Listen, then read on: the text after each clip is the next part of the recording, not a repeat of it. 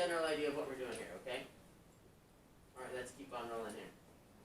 Okay, so let's graph this. State the degree and list the zeros of this function.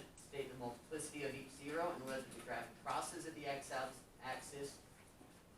Graph crosses the x-axis at the corresponding x-intercept, and then graph this by hand. So are we using Desmos here? No. Okay, so this is already in factored form. That's going to help us out here, because then we can figure out the x-intercepts really easily. So let's actually go to Christian here. Christian, right? What are going to be my x-intercepts? In other words, what would make that become 0? Yep, negative 2. What would make this become 0? Alright, so this, I start to kind of organize my data like this. I'm going to put, here are my zeros, which is another way of saying my roots or my x-intercepts. It's going to be negative 2 and then positive 1. Now, the next question is, what is the multiplicity of that? How many times are each of those used? Brandon, what about negative 2? What is its multiplicity? It's going to be 3. And what about the multiplicity for the 1?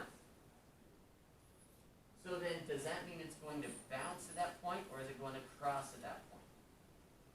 Well, let's talk about negative 2. It has an odd multiplicity, so what goes on there? It's going to cross. And if you were to graph this on Desmos, what you're going to see is, since it was used 3 times, it almost makes like an S curve at that point. Okay? It still crosses, but it's not a smooth transition, it's like an S curve. What about at 1? It has an even multiplicity, so what's going to go on there? It's going to bounce.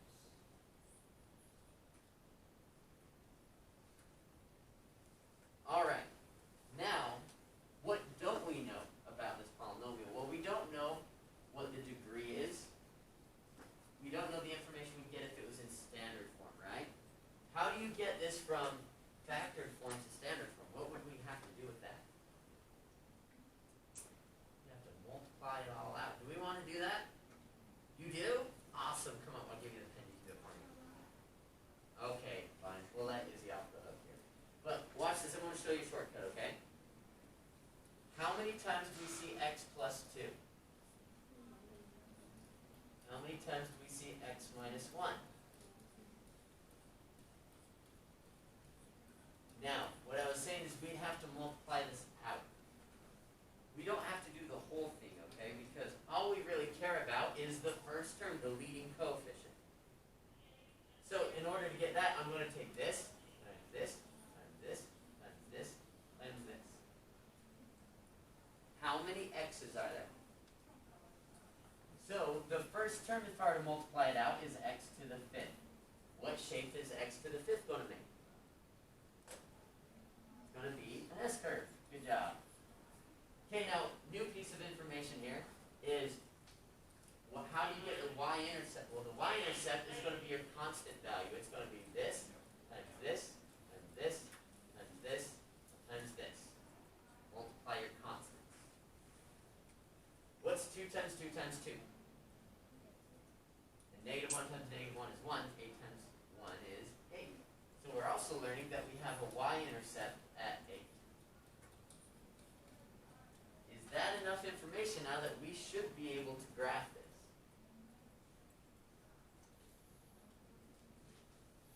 The answer is yes, so let's do that, okay? So I'm going to go and I'm going to get my x-intercept at negative 2 and an x-intercept at 1. And what I like to do on this is I'm going to put a little note at negative 2. It's going to cross, so I'll put a little C there. And then at 1 it's going to bounce. Okay, what other piece of information do we have about this? Y-intercept is at 8. Now, unfortunately for us, that's going to be kind of high off the graph here. Come on. Okay, we'll go through it. 1, 2, 3, 4, 5, 6, 7. We'll say it's like right there. So, what shape are we making here? It's going to start, it's an S curve, so it starts at negative infinity, and what happens at negative 2? Crosses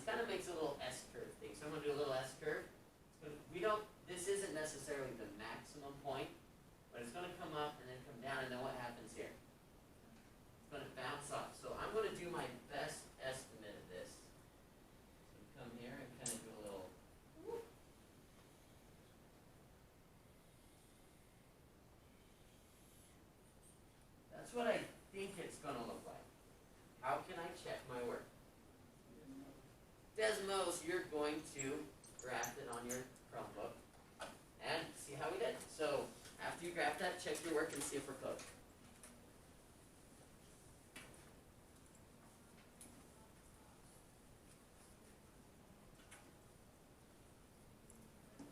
And again, if you get stuck or need any help, please ask me or a neighbor.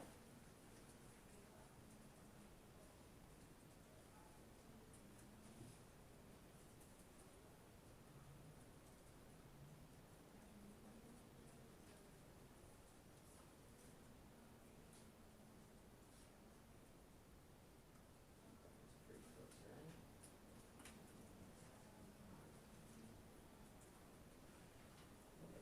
Hey, I would say we're pretty darn good. What do you think? Nice. So that's when you pat yourself on the back and say, good job. You're a smart math student. Wait for good job. Yes, Josh. How did you know if there was like an S curve at that point? So the multiplicity is 3. So with all the other ones we've seen, if the multiplicity is 1, it just crosses smoothly. But if its multiplicity is 3, that's odd, so it still crosses. So just because I've done it before, I know that. X cubed looks like this, right? And so if you use a root 3 times, it makes kind of an S curve like that. Good question. Any other questions on this? Yes?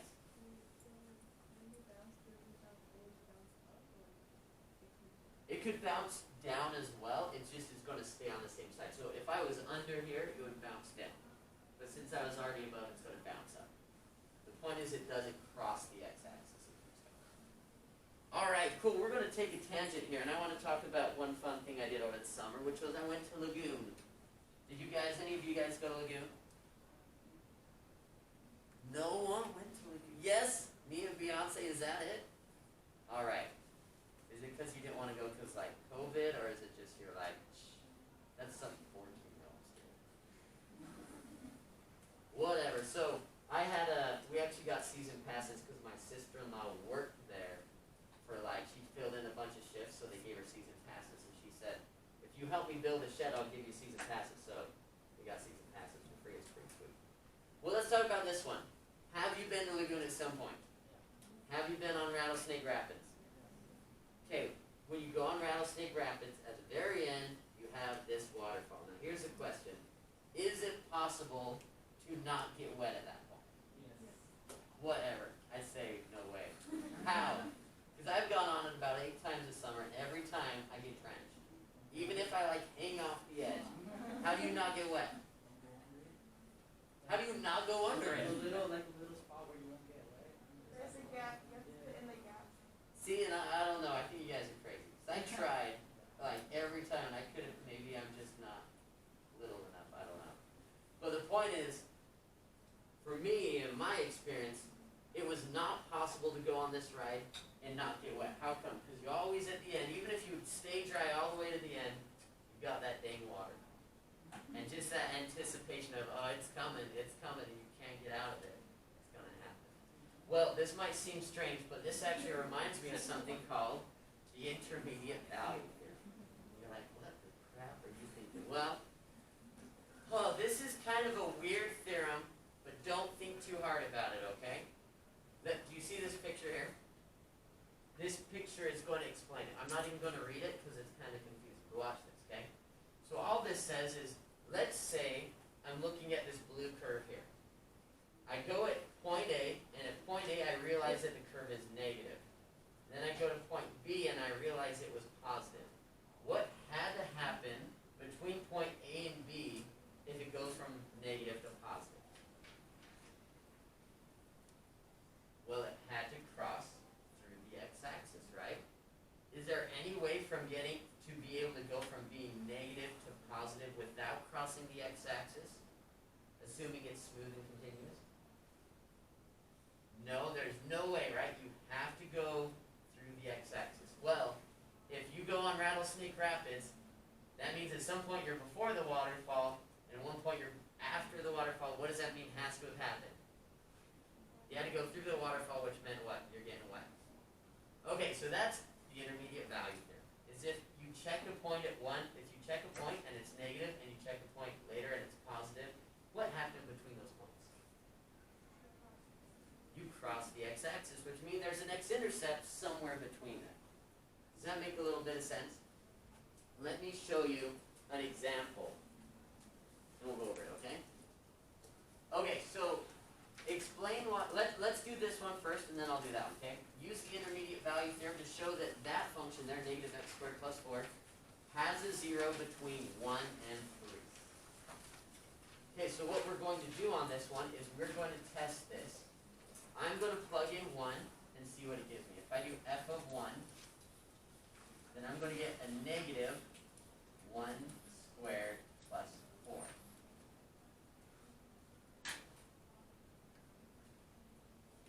Now, 1 squared is, be careful of your order of operations here. 1 squared is 1 times a negative is negative 1, right? Negative 1 plus 4 is 3. Is that positive or negative? Obviously it's positive, right? Okay, let's compare that to f of, what does it say? 3. When I plug that in, I get a negative 3 squared plus 4.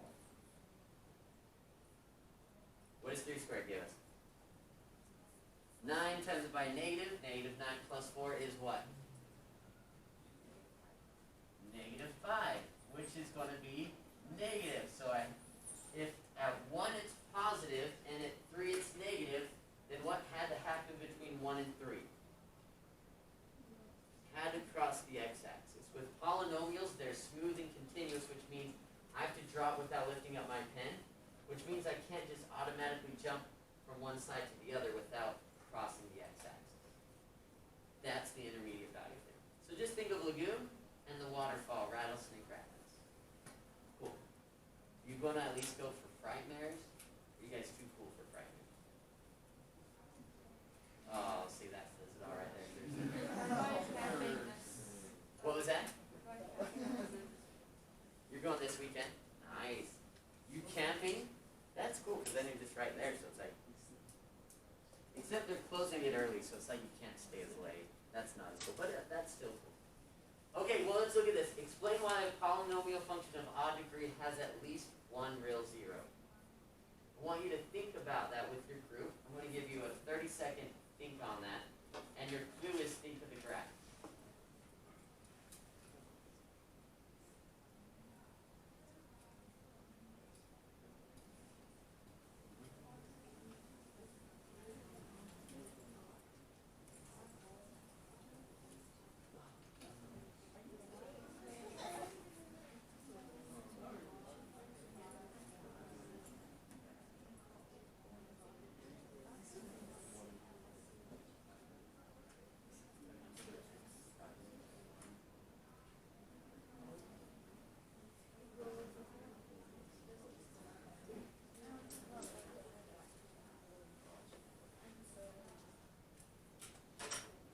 Who thinks they have an idea on that? Come on, someone share. It's a safe space. We won't judge you. Not too good. Anybody? Show me with your, yes, go ahead, Mika. So an S curve, no matter which direction it goes to infinity, the direction is something that has to cross. There we go. Look at our S curves.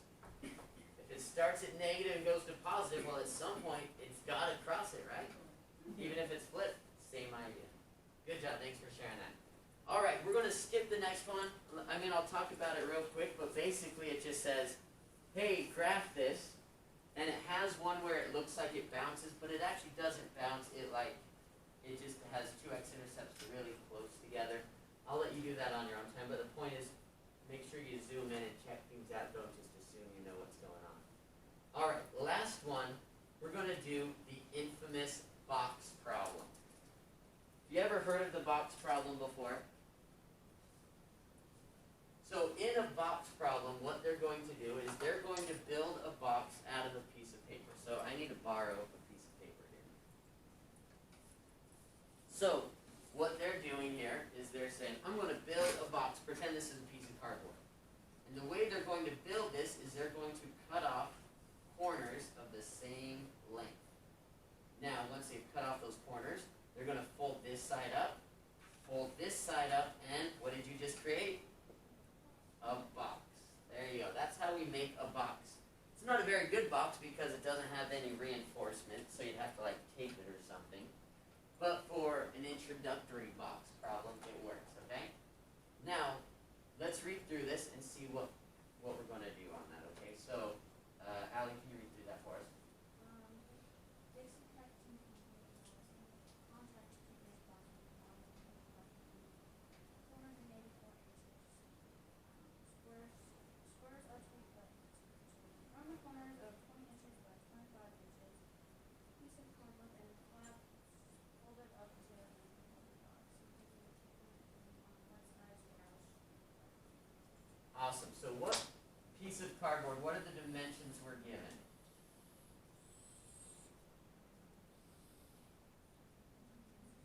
Says 20 by 25, right? Now, what we're going to do is we're going to cut off the same amount from each corner. So what you're going to draw here is you're cutting out this x by x corner. So it's going to be the same amount on each side.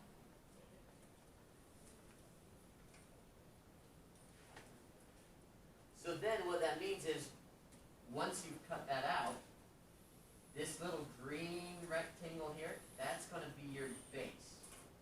Then I'm going to fold this side up here, that's going to be one side, and then I'm going to fold this side up, and that's going to be your other side, right? So when you're done, you'll have this nice open box. Now, what we were told is we want to make this box so that the volume is what? 484 cubic inches. How do you find the volume of a box? It's essentially like a rectangular prism.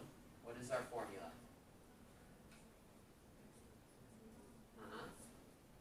So if we look at this rectangle, that's just base times height, or length times width. Let's say that, length times width. And then when we add in the other dimension, we'll call that height. So volume is length times width times height. So what we need to do is we need to kind of figure out here, okay, what is that box going to look like? Now I'm going to try to draw this as best as I can in 3 dimensions, which isn't always pretty, but we're going to try it, okay? This is a base. Let's talk about it. So it was 25, but then what am I cutting off from it? Good, an x here, so 2x. So I'm going to call that 25 minus 2x. That is going to be our length. Well, what about our width? It was 20, but what are we cutting off from it again? Again, 1, 2x. So I've got 20 minus 2x. And then what we're doing with those flaps is we're folding it up. So that's going to make it so we've got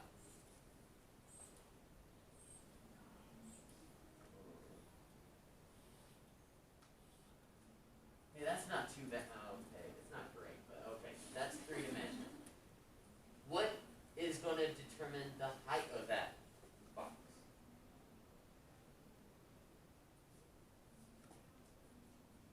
Getting your picture. It's x, right? However much you cut off the corner, that's how tall it is. Okay. Now you don't want x to be too small, or else it's like a very flat box, right? Don't fit much in there. You don't want x to be too big, or else it'd be really tall, but not a whole lot of space in there, right? So what we're going to do is we're going to figure out how can I set this up so that how much should I cut into it so the volume is 484. Does that make sense what we're doing right there? So what we're going to do is now plug that in. Do I have a question first? Okay, just making sure. So let's plug all that together, okay?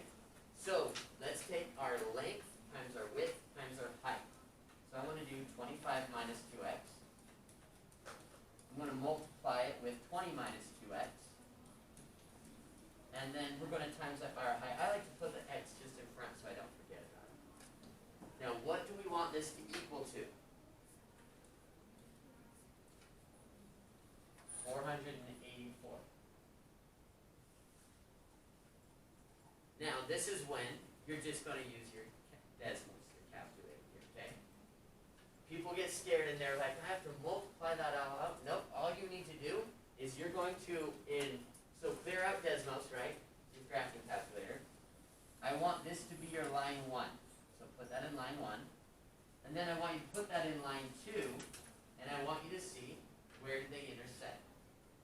Whatever that intersection point, that x value, that's going to tell you how many inches you should cut into this piece of cardboard to make this perfect box. So get out your Desmos, and start putting that in and see if you can figure it out.